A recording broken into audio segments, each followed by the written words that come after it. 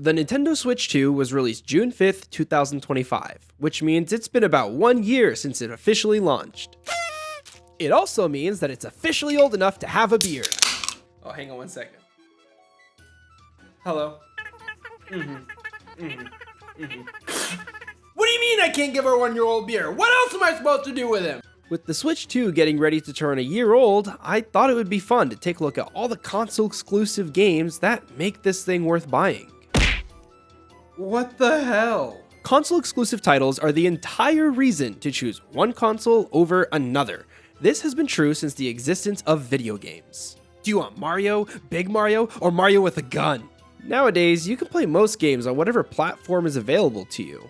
There isn't much reason to buy a new console when you can play the same games on the console that you already have. So when the Switch 2 launched with only 4 exclusive titles and 3 of them being these, it's no surprise that people say the Switch 2 has no games. Now, I am cherry picking a little bit. The Switch 2 is backwards compatible with the entire Switch library, and some of Nintendo's games got day one upgrades that improved performance.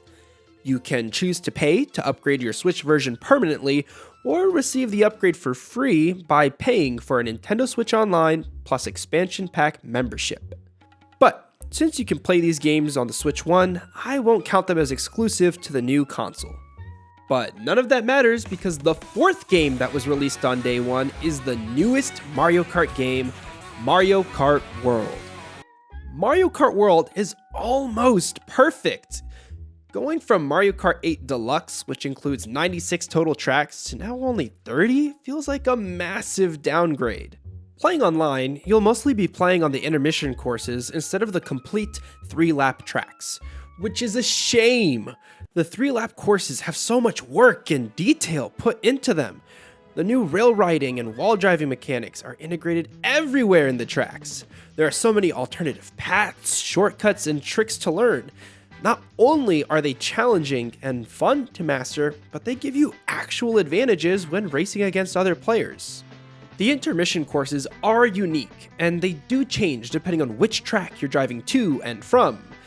But in reality, they all just feel the same. A bunch of long, straightaway tracks with easy to make turns. There are just as many shortcuts and paths to discover on these tracks as the 3-lap courses, but it feels so overwhelming as an average player to try and learn the 100+ variations.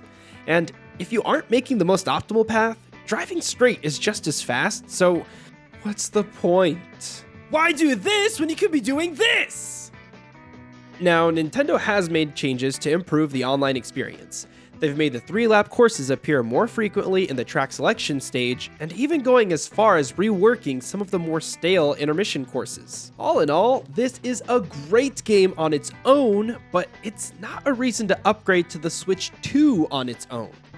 Nintendo is notorious for not releasing any games with their new consoles.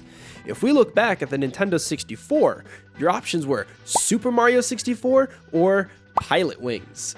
While the options were limited, both were quality titles. But we don't even need to go back that far.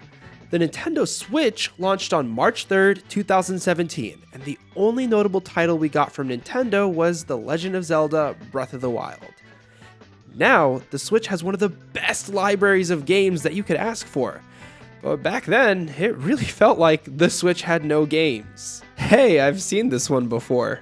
Breath of the Wild was available for the Wii U, but not many people owned a Wii U, let alone knew what a Wii U was. Breath of the Wild was the reason to buy a Switch. Unfortunately, Mario Kart World falls a little flat when comparing it to past console release titles like Breath of the Wild. A month later, we got Donkey Kong Bonanza. Bonanza was exactly what the Switch 2 needed to regain some hype for the console. The gameplay is fun and easy for everyone to enjoy. The movement makes the world fun to explore, and the mechanics encourage you to experiment with the different materials. My only complaint is that it's too easy. It would have been nice to not be able to button mash my way through every enemy and obstacle. I'm not saying that they should fit an Elden Ring boss into the game, but the combat feels shallow and unexplored. With hours of levels to complete though and tons of collectibles to grab, it definitely pushes the Switch 2 towards a more worth it purchase. Kirby Air Riders was released on November 20th. I never played the original on the GameCube myself. I thought that anything Kirby was a girl's game, and I'm not a girl. Yup, still true. The only thing I knew about it before it was released was that it had a cult following online and that this one would be the Mario Kart killer. Joke's on them, Mario Kart fucked itself. I played the playtest before deciding that this game was just not for me. I felt lost and overwhelmed. There are so many power-ups and items that you're constantly picking up, and I wasn't sure if I should be targeting one thing over the others. I understand I'm complaining about complexity in a Kirby game, but it may as well have been Subway Surfers playing on my screen at the same time. Surely it's the youth that are the problem. Mario Tennis Fever released, and it's exactly what it sounds like. Mario Tennis featuring sweat. Pokemon Pokopia, Nintendo's latest life sim. I didn't buy this one. Instead, I watched other people play it for me. I love Animal Crossing, and this game looked like a clone with a Pokemon skin thrown on top of it. There are some explorative differences, but this was one I did not regret passing on. Especially when Animal Crossing just got a surprise 3.0 update, adding another layer of content for players entirely for free, 6 years after the game had launched. As it stands, it's still hard to warrant buying the Switch 2 if you already have an original Nintendo Switch. After 9 years of life, the Switch has no shortage of games. With such a huge library of games to choose from, the value a Nintendo Switch gives you is unmatched. If you are gaming on a budget, a second-hand console plus a couple of games would only run you a few $100, whereas just the Switch 2 itself will run you about $500 after taxes, and that doesn't even include any of the $80 games. The Switch 2 launched at an MSRP of $449. At the time of this recording, the price of memory and storage is at an all-time high, so I wouldn't be surprised if Nintendo upped the price again. After all, Sony just increased the price of the PS5 to $599 for the digital edition and $649 for the standard edition. The PS5 Pro went all the way up to $899. So while I don't think the console's titles make it a no-brain decision, the potential price increase just might.